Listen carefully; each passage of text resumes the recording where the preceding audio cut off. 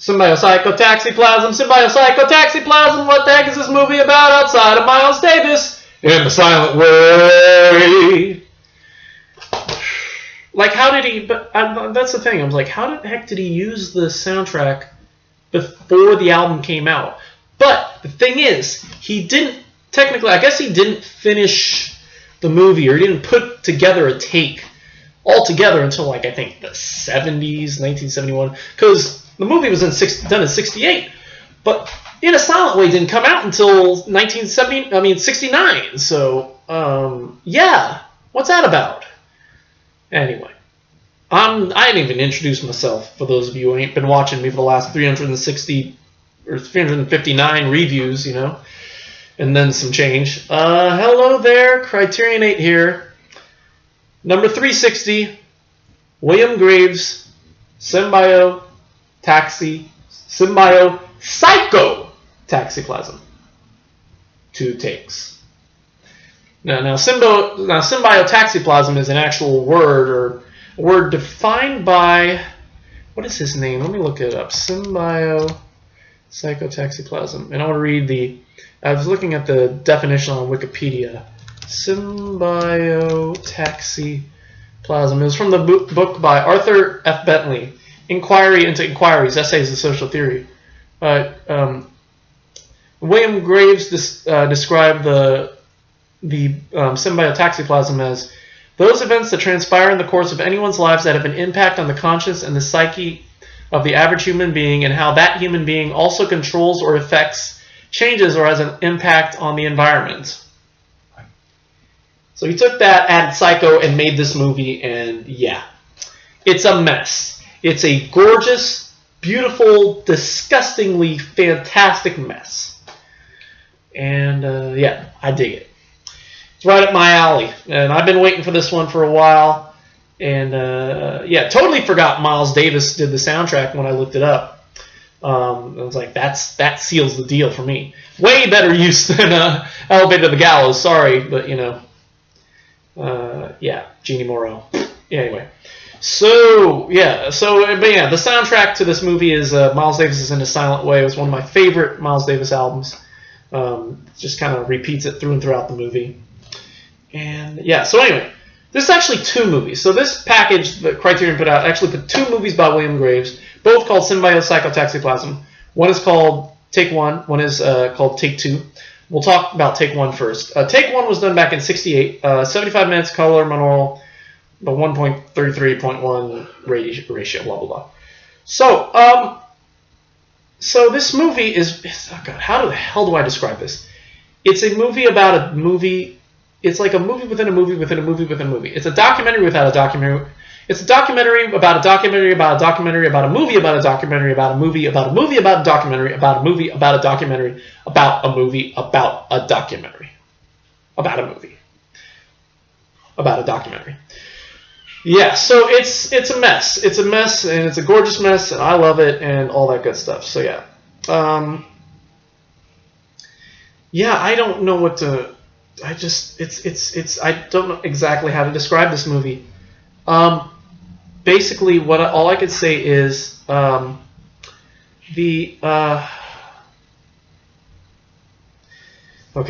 Hold the phone down, CriterioNate. Slow the phone down. Okay, first of all, William Graves is African American. I wanted to point that out. I really, really like that because I don't think we have that many. I don't think there are too many African American directors in the Criterion Collection. The only ones I can think of are Spike Lee, Do the Right Thing, and the director of Black Girl, whose name escapes me for the moment. Black Girl hasn't come out yet. I think it's coming out next month in January in 2017. Ousmane Sembene, I think. Yeah, he's a African director. And so, yeah, there aren't a lot of black directors out there, sadly, in the Criterion Collection. Although we've got more coming. I'm sure we've got more coming. I'm not sure if any of the directors of Paul Robeson's movies were black, but we'll get to those in probably 2 weeks. We'll be talking about Paul Robeson in 2 weeks. Was Dudley Murphy black? No, can't tell. Oh well, anyway. So this movie, Symbiopsychotaxiplasm, Take 1. Okay, let me see. Okay, so this film crew is filming a movie called Over the Cliff. That's now.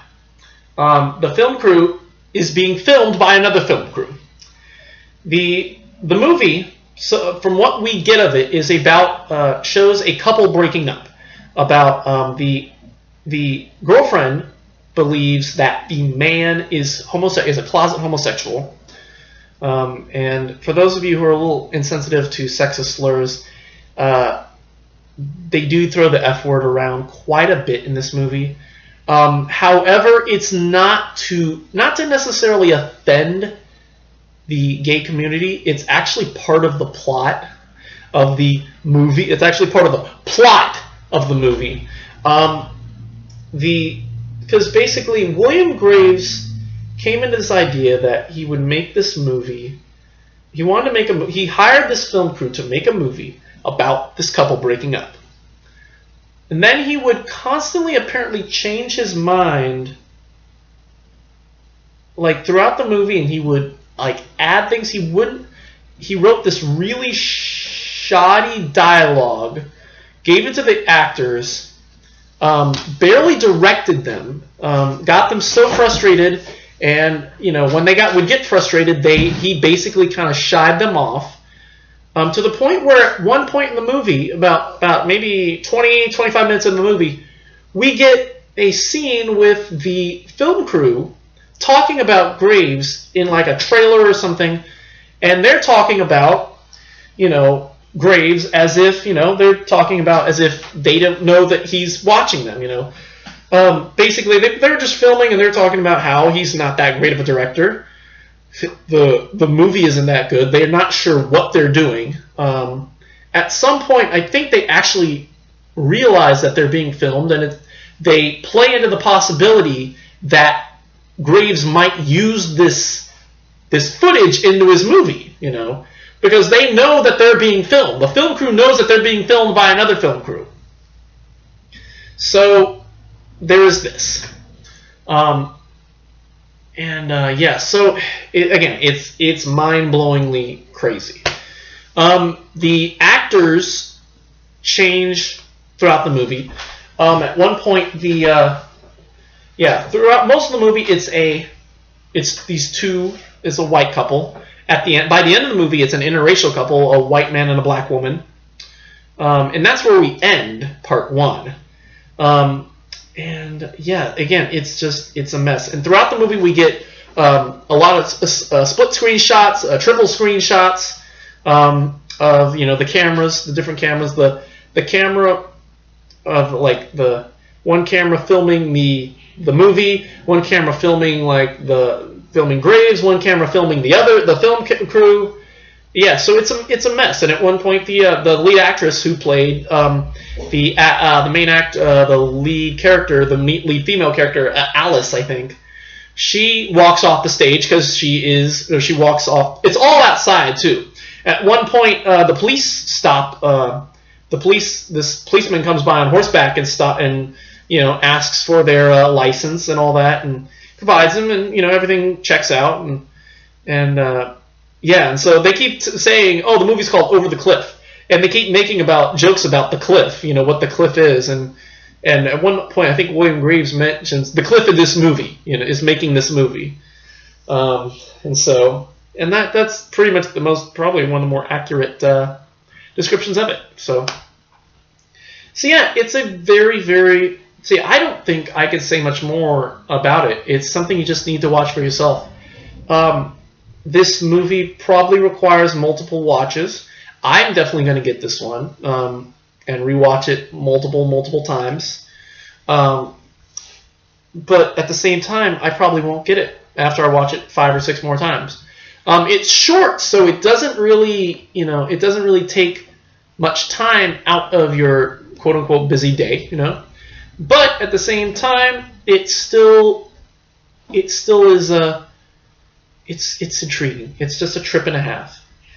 Whether or not it's a movie or documentary, this is something that if you're into documentaries, or if you're into movie making, or if you're into movies about documentary making or documentaries about movie making, this needs to be watched a couple times. Symbiopsychotaxiplasm.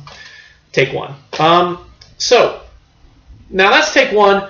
I give take one an A. A for fantastic concept. William Graves is a genius for making this movie. Of course, a slam bang soundtrack from Miles, you know. And yeah, so yeah, I give take one an A. Take 2.5 is a different story. Take 2.5 was done in 2003. It's 99 minutes color, monaural, 1.78. Blah, blah, blah, blah. So here's the thing about this movie. It was never shown because Graves could not get a distributor for this movie. I think he tried to get it into a film festival in the early 70s, like 1971 or so. Nobody would take it, so he just put it in a box and I guess left it alone for a number of years until about 1991-92 when the movie just came out of nowhere. Graves, they were putting together a collection of movies, because he had been making a lot of other movies, a lot of short films, a lot of documentaries. I think he did a documentary, some sports documentaries. I think he made a documentary about hospitals, I think. Sort of, I think I'd like to compare it sort of to Kieslowski, the realism of it or all that, you know. He also had a TV show called Black Journal. He was, I think, the executive producer of a show called Black Journal. So he was very much, he was an actor and he wrote songs too. So, you know, he was very much, you know, he's sort of in the African-American, like, underground cinema in the early mid-30s, you know, like, the mid-40s to late 40s or so. And he kind of acted on and off, you know. So anyway, so when he made this movie, you know, he tried to get it around and, you know, people I think some people knew who he was, but most people just were like, who the hell is this guy, you know? So, but because of that, you know, they put him away. So now in 1991, there was a film festival, and I guess they were collecting all of his films, and they were looking through his filmography, and at some point, somebody, whoever was hosting, I think it might have been his wife, said, okay, what's this? Find Symbiopsychotaxiplasm, take one, and says, what the heck is this? You know, like, and at first Graves was like, you don't want to see this. It's a mess. You don't want it. It's like, I want to see it. So they showed it, and they said, this needs to be the opening night. This needs to be at the beginning of the film festival. So 91 was about the time when most people first saw this movie, and it blew everybody's mind, as you know, said it would. To the point where Steve Buscemi saw it, the actor from Reservoir Dogs. He saw it and said, "I will stand by you 109%." Or, I mean, I'm not quoting him, but like he was like 297% behind Graves for making a sequel to this. And at first, he didn't really, he kind of, I guess he kind of, Graves just said, nah, until Steven Soderbergh saw it and said, and then he's like, I'm going to front you the money. And so Graves, finally, in 2003, Graves finally made Take 2.5 with the help of Buscemi. So the movie starts off with the the filming they did after where Take 1 ends, with the interracial actors, and just basically them talking about, them just filming the scenes, Sarah and Graves doing his thing. And actually it starts with the filming of the film crew, like introduction of the film crew that was at the time of the thing and all that. So again, so it continues on and all that. And so at one point, though, it cuts to a screening of it in, I think, the early 2000s. Shortly after they started Take 2.5, and yeah, so basically they shows it, and some people had questions and all that. Graves is a very humble guy. He's very, very calm about it. I think he kind of just doesn't want to give much away. And so yeah, Buscemi was talking about, oh my god, I love this film. So anyway, so I guess Graves said, okay, let's get a crew together. He got the original actors who played Richard and Alice, the interracial couple at the end of the movie, to come back, play their old characters again, and I guess he wrote new dialogue. this is supposed to be like later on in Richard and Alice's lives. Alice is now was like a cabaret singer, and Richard's meeting her after all this time and, you know, catching up with them. Richard, and then I guess the big conflict of this movie is that Richard apparently had an affair with one of his secretaries. She ran off to Germany or something, or like the daughter lives in Germany, and so he called Alice to the park to ask her if she would take care of the daughter if something happened to Richard. And of course, Alice is really upset about this and says, you know, why didn't you tell me this on the phone? So yeah, that's basically what's introduced to this. And so yeah, so again, we get Graves, we get, you know, Graves directing and all that, and we get the film crew talking in the trailer about this, about Graves and all that. But it just doesn't come off the same way, because by this point, you know, they discussed the first movie, so it's not as it's like trying to tell a joke twice, you know, when maybe not everybody's in on the joke, but enough people are in on the joke that it doesn't work. There are some kind of explosive scenes between the two actors, and at one point you're not sure whether or not it's part of the movie or not. Yeah, it just doesn't work the same way. It's still very entertaining. I think it's still interesting, and I think this probably means more than I think it just means more, you know, with a couple more watches. But yeah, so anyway, it just doesn't have the same feel. For that reason, I give 2.5, take 2.5, probably a B plus. It's cool, it's interesting, but it just feels like it just doesn't work. Just doesn't work as well as the first one, because nobody knew who William Graves was, and nobody knew anything about Symbiopsychotaxiplasm, what he was doing and all that. You know, by 2003, enough people in the film industry, you know, a lot of people knew, oh, here's this guy who made a movie where he tricked this film crew and messed with this film crew's heads and tried to get them to revolt against him and all that, you know. And he played this really horrendous, you know, director and all that stuff. So anyway, yeah, so it's it just doesn't work the same way. So anyway, but still, it doesn't, you know, it's still strong enough, because this package is still strong enough for take 1. So take 1, A, take 2.5, B plus. All right, I've been rambling for a bit here. Let me get to the supplements and get out of your guys' hair. So disc 1 has the trailer, which was made by Janus Films in 2005, I think. And a new documentary called Discovering William Graves, which featured Graves, who was alive at the time. William Graves passed away in 2014, and and his wife, co-producer Louise Archambault, actress Ruby Dee, filmmaker St. Clair Bourne, and film scholar Scott McDonald. Mostly talking about his life. There's a good portion of it dedicated to Symbiopsychotaxiplasm. And yeah, again, the trailer. And then disc 2 has a new interview with Steve Buscemi. And that's basically it. Yeah, so again, what a trip. This is a really, really trippy movie. It is, if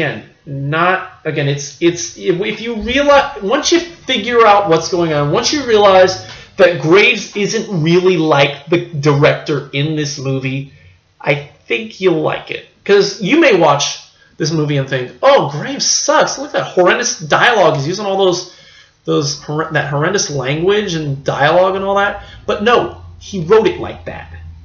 Now, I'm pretty sure that's what it meant, right?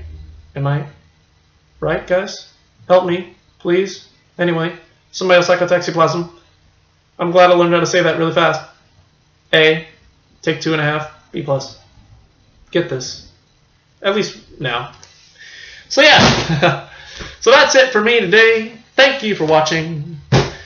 I was actually planning on doing I was actually thinking about doing the Beals of Grey Garden tonight as well, because it's really short. But I got called into work a little later today, so I just only had time for only the one movie, or the two movies, I guess. The one spine number. So tomorrow morning we will do the Beatles of Grey Garden. There's a chance we might actually also do Border Radio tomorrow night as well. It's slight. It's not definite, but you never know. We'll see. And if we do, then we'll do. Then Tuesday, then Sunday we will. Thursday we'll do Bouchette. Mouchette, not Bouchette. Oh, I don't know what that is. I hope I didn't say anything foul. So anyway, yeah. So we'll do that, and then next week, I've got the Scarlet Empress on its way. We'll be rewatching that one, and I think that is the plan. We're gonna do. We'll dedicate for my new work schedule. We'll do Sundays will be rewatch days, and then Tuesdays, Wednesdays, Thursdays, and Fridays will be the days for the new stuff. So yeah, that's it for me. Thank you for watching. Don't use the F word in your movies. Unless you're playing a really, really elaborate prank, like this movie, like that documentary about a movie about a documentary, about a movie about a movie about a documentary, about a movie about a documentary. Yeah, don't use that language.